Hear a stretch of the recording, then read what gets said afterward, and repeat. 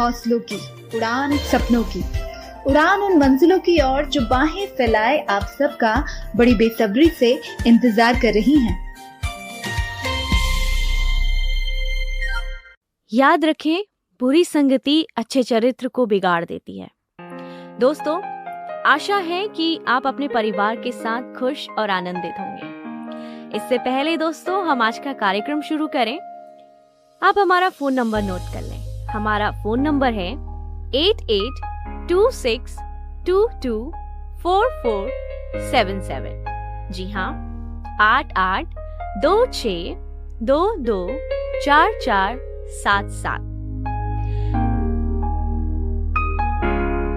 दोस्तों, संगत चाहे किसी की भी हो, वह आपके विचार और चरित्र को दर्शाती है।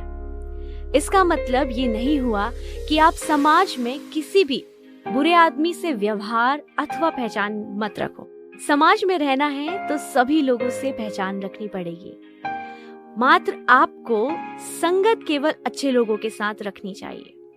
जी हाँ, कहने का मतलब ये है कि पहचान तो सबसे रखिए, पर संगति आपको, अपनी संगत आपको सिर्फ अच्छे लोगों के साथ रखनी चाहिए।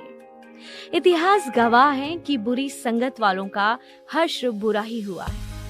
इसलिए ध्यान रहे कि बुरी संगत कोयले की तरह है। दोस्तों, बुरी संगत कोयले की तरह है जो गर्म होने पर आपका हाथ जला देता है और ठंडा होने पर आपके हाथ को कालिक पोत देता है। जी हाँ, आज का हमारा प्रोग्राम है कि हम कैसी संगति में हैं।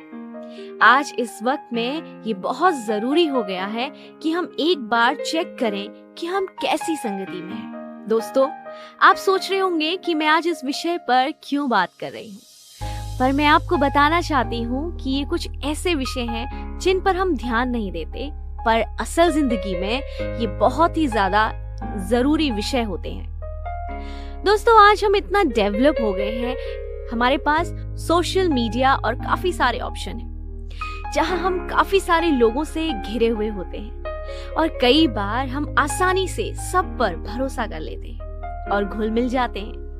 पर दोस्तों, हम आपको ये सलाह देना चाहते हैं कि एक बार रुक कर देख लें कि आप किन लोगों की संगति में, क्योंकि कई बार ये संगति हमारी जिंदगी को रोशनी से भर देती है और कई बार हमारी ये संगति के कारण हम जिंदगी को अंधेरों में धकेल देते हैं।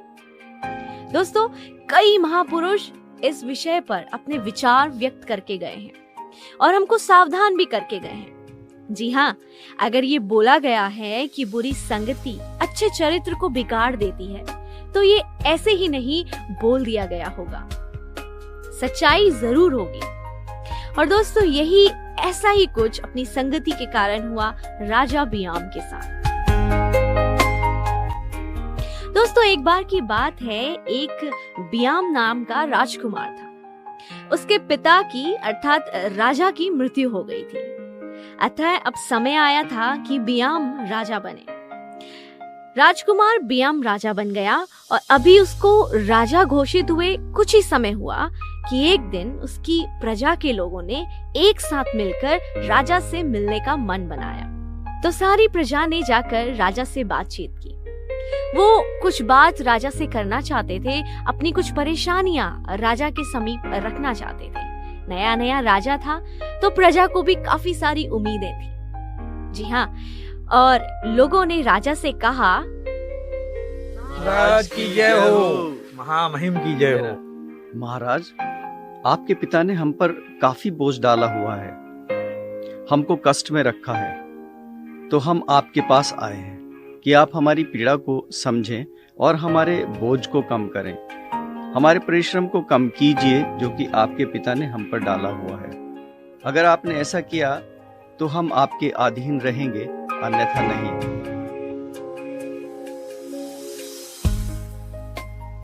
यह सुनकर राजा ने कहा, ठीक है, मैं इस पर विचार करूंगा।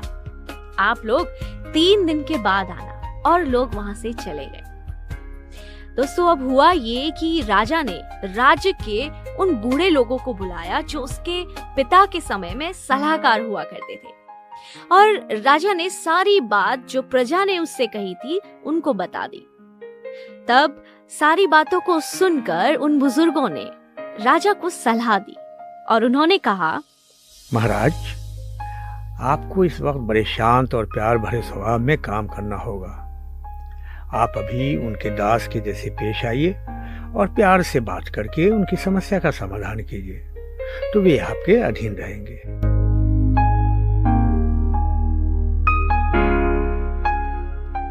तब राजा ने उनको जाने को कहा और तभी उसने अपने दोस्तों को, जो उसके साथ बड़े हुए थे, जिनके साथ वो खेला कूदा था, जिनकी संगति में वो रहता था, उन दोस्तों को बुलाया।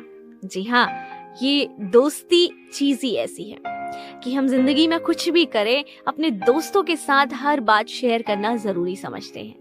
हम कंफर्टेबल होने के लिए अपने दिल की बात या अपनी परेशानियों को अपने दोस्तों के साथ साझा जरूर करना चाहते हैं, और यही राजा बियाम ने किया।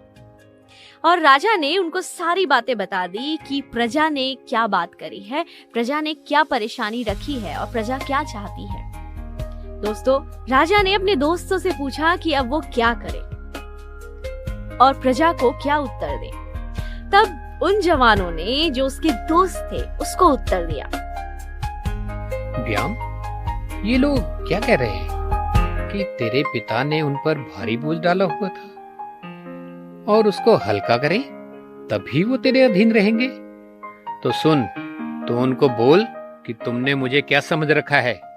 सुनो, मेरे हाथ की सबसे छोटी उंगली भी मेरे पिता की कमर से मोटी है। अब देखो तुम्हारा बोझ कैसे और बढ़ाऊंगा और तुमको और ज्यादा काम करना होगा। और फिर वो लोग भी वहां से चले गए। 3 दिन के बाद राजा ने जैसे ठहराया था, लोग राजा के पास आए। पर उस दिन राजा अपनी प्रजा के साथ काफी कड़ाई से पेश हुआ। जी हाँ, राजा बहुत ही कड़ाई से अपनी प्रजा के सामने पेश हुआ और राजा ने बूढ़ों की सलाह को नजरअंदाज कर जवानों की सलाह को ले लिया। और जैसा उन जवानों ने कहा, राजा ने बिल्कुल वैसा ही किया। राजा ने बोला कि वह पिता से ज्यादा उन्हें कष्ट देगा। जो कार्य उनको उसके पिता के समय में करना पड़ता था, अब उन्हें और ज्यादा करना पड़ेगा। राजा ने कहा कि ये समझ लो कि अगर मेरा पिता तुमको डंडों से ताड़ना देता था, तो मैं तुम्हें कोड़ों से ताड़ना दूंगा। जी हाँ, ऐसा सुनकर प्रजा ने एक साथ मन बनाया कि अब हम राजा के अधीन नहीं रहेंगे, और सब लोग राजा पर पथरवाह करने लगे। दोस्तों, सारी प्रजा एक हो गई और सेना की और उस राजमहल की किसी भी शक्ति की उस प्रजा के सामने कुछ भी ना चली, क्योंकि वो सारी प्रजा के लोग पहले ही उसके पिता के वजह से काफी दुखी थे। और जब उनके मन में एक उम्मीद थी कि अब नया राजा हमारे लिए कुछ अच्छा करेगा, तो राजा और ज्यादा सख्ताई से उन्हें पेश आया। इसलिए वो सारी प्रजा एक मन हो गई, एक साथ मिल गई। और दोस्तों, सारे लोगों ने राजा पर, महल पर पथरवाह करना शुरू किया और राजा की अधीनता स्वीकार नहीं की। तब राजा का सेनापति उस पत्थरवाह में मारा गया और राजा ने देखा कि प्रजा अब नहीं मानेगी। वो वहां से जान बचाकर भाग गया और फिर पूरी प्रजा की राजा के घराने से शत्रुता हो गई और कभी उस राजघराने से कोई राजा नहीं बन पाया, बल्कि राजा को वहां से हमेशा के लिए भागना पड़ा।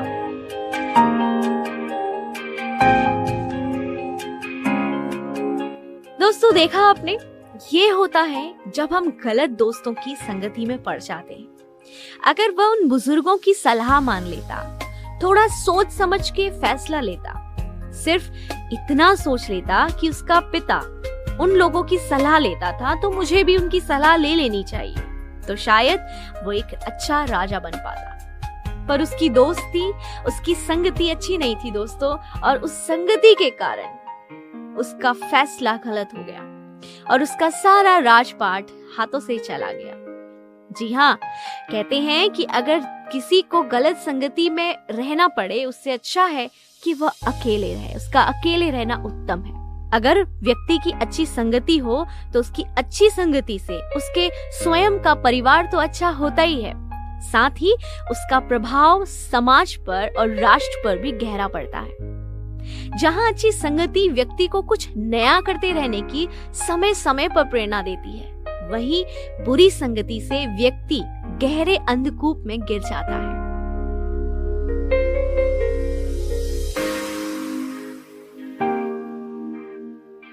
दोस्तों, कुसंग का ज्वर सबसे भयानक होता है। किसी युवा पुरुष की संगति बुरी होगी तो वह उसके पैरों में बंधी चक्की के समान होगी, जो उसे दिन पर दिन अवनति के गड्ढे में गिराती जाएगी। और यदि अच्छी संगति होगी तो सहारा देने वाली बाहु के समान होगी, जो उसे निरंतर उन्नति की ओर उठाती जाएगी। जी हाँ, अच्छी संगति, अच्छे लोगों के साथ बैठना, मिलना जुलना व्यक्ति का मन और चित्त निर्मल कर देती है। उसकी प्रसन्नता बनी रहती है। दिन प्रतिदिन उसके व्यक्तित्व में निखार आता है। संगति कैसी है, इस बात से व्यक्ति के व्यक्तित्व का पता चलता है। दोस्तों, जीवन का हर कदम मायने रखता है, इसलिए उसे फूंक फूंक कर आगे बढ़ना चाहिए। अक्सर ऐसा देखने में आता है कि कुछ बच्चे स्कूलों में पढ़ाई लिखाई में बहुत अच्छे होते हैं, लेकिन अचानक बुरी संगति में फंसकर नशा या मद्यपान करने लगते हैं और उनका जीवन बर्बाद हो जाता है। वे झूठी चकाचौंध में फंसकर स्वयं की वास्तविक शक्ति को नहीं पहचान पाते और कई बार सत्संगति न मिलने के कारण, उपयुक्त वातावरण न होने से बच्चा अपनी प्रतिभा का विकास नहीं कर पाता, जबकि सत्संगति से या अच्छी संगति से उसमें अटूट विश्वास जगता है और वह अपने लक्ष्य को प्राप्त करने में समर्थ हो जाता है। दोस्तों, जैसे सिर्फ एक सड़े हुए या खराब सेब के साथ अगर ढेर सारे अच्छे फ्रेश सेब रख दिए जाएं, तो एक दिन में ही सारे अच्छे सेब उस खराब सेब की वजह से खराब हो जाते हैं, सड़ जाते हैं। बस यही होता है जब हम जल्दी भरोसा कर लेते हैं, बिना सोचे समझे एक कंपनी बना लेते हैं, जब हम बिना सोचे समझे दोस्ती में पड़ जाते हैं और वो लोग अच्छे ना हो तो यही होता है, और वो संगति अच्छी ना हो तो यही होता है। इसलिए सावधान रहें कि आप किस कंपनी में हैं, आप किन लोगों के साथ उठ रहे बैठ रहे हैं, आप किन लोगों के साथ अपना समय व्यतीत कर रहे हैं, आप किन लोगों के साथ हैं, क्योंकि दोस्तों फिर पछताए क्या होगा जब चिड़िया चुग गई खेत। तो दोस्तों, आशा है कि आपको हमारा आज का ये कार्यक्रम अच्छा लगा होगा। आप कार्यक्रम से संबंधित कोई भी सवाल या सुझाव या परामर्श हमको भेज सकते हैं। हमारा फोन नंबर है 8826224477। जी हाँ, 8826224477। नमस्कार।